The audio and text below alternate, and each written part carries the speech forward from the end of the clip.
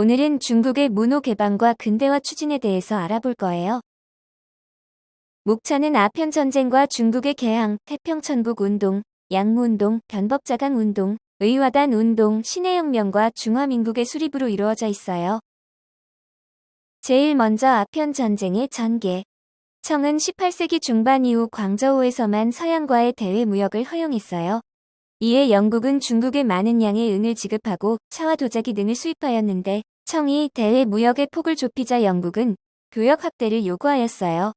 그러나 청이 이를 거절하자 영국은 인도에서 재배한 아편을 청에 밀매하기 시작한 것이죠.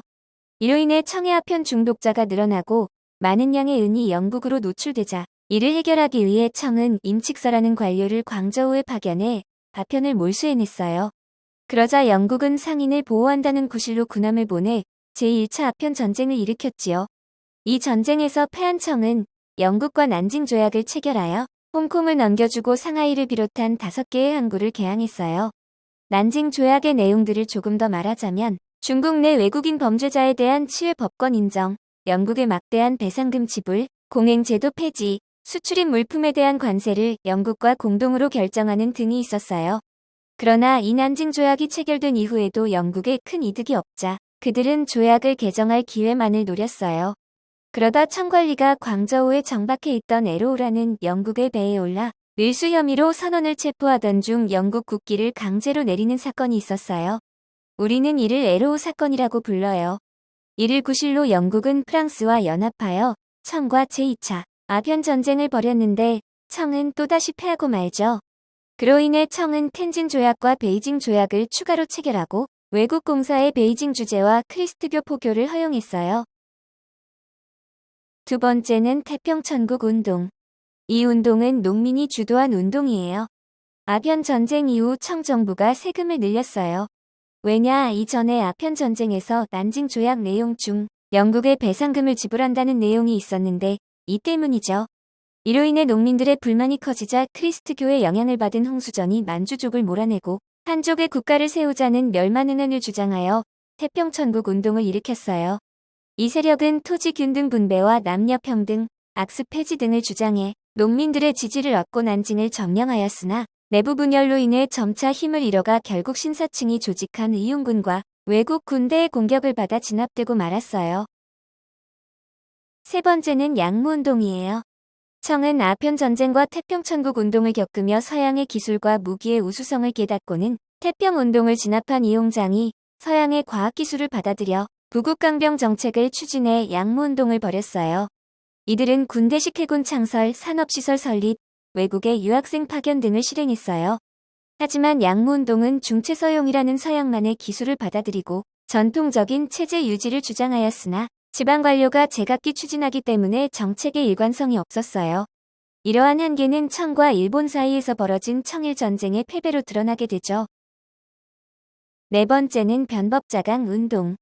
청일 전쟁 이후 외세 간섭이 심화되자 중국인들 사이에서는 열강 침입에 대한 위기감이 고조되었어요. 이러한 가운데 캉유에이는 일본의 메이지 유신을 모방하여 제도 개혁을 추진해야 한다고 주장했어요. 이들은 황제의 지지를 받아 의회 설립, 입헌 군주제 확립, 상공업 육성, 근대교육 실시, 신식 군대 양성 등 개혁을 추진하여 변법자강 운동을 이어나갔어요. 그러나 이 운동은 서태후를 중심으로 한 보수파가 일으킨 정변으로 약 100일여 만에 중단되었지요. 다섯 번째는 의화단 운동이에요. 개혁운동이 성과를 거두지 못하고 열강의 이권 침탈이 심화되자 중국인들의 반외세 감정이 점점 커졌어요. 이러한 가운데 산둥성을 중심으로 비밀 결성인 의화단이 조직되었는데 의화단은 청을 도와 서양 세력을 멸하자는 부청 멸양을 내세워 선교사, 교회, 철도 등을 공격했어요. 이들은 베이징까지 나아가 외국 공관을 습격하였으나 열강으로 이루어진 8개국 연합국에 의해 진압되고 말았어요. 청은 열강의 요구에 따라 신축 조약을 체결하여 막대한 배상금을 지불하고 베이징에 외국 군대가 주둔하는 것을 허용함으로써 청 왕조의 지위는 더욱 약화되었죠. 마지막은 신해혁명과 중화민국의 수립이에요. 의화단 운동 실패 이후 청 정부는 신식 군대를 편성하고 상공업 진흥 등 개혁을 추진했어요. 그리고 입헌파의 주장을 받아들여 의회 설립과 헌법 제정을 준비하기도 했어요. 그러나 이 무렵 청에서는 제국주의 열강의 침략을 막아내지 못한 청 왕조를 몰아내고 새로운 정부를 수립하려는 혁명운동이 확산되었어요. 특히 순원은 도쿄에서 여러 단체를 모아 중국 동맹을 조직하고 삼민주의를 내세워 혁명운동을 주도했어요. 청 정부는 개혁 추진 비용과 신축 조약에 따른 배상금 지불 등으로 경제적 어려움에 빠지자 민간 국도를 국유화하고 이를 담보로 외국 자본을 빌리려고 했어요.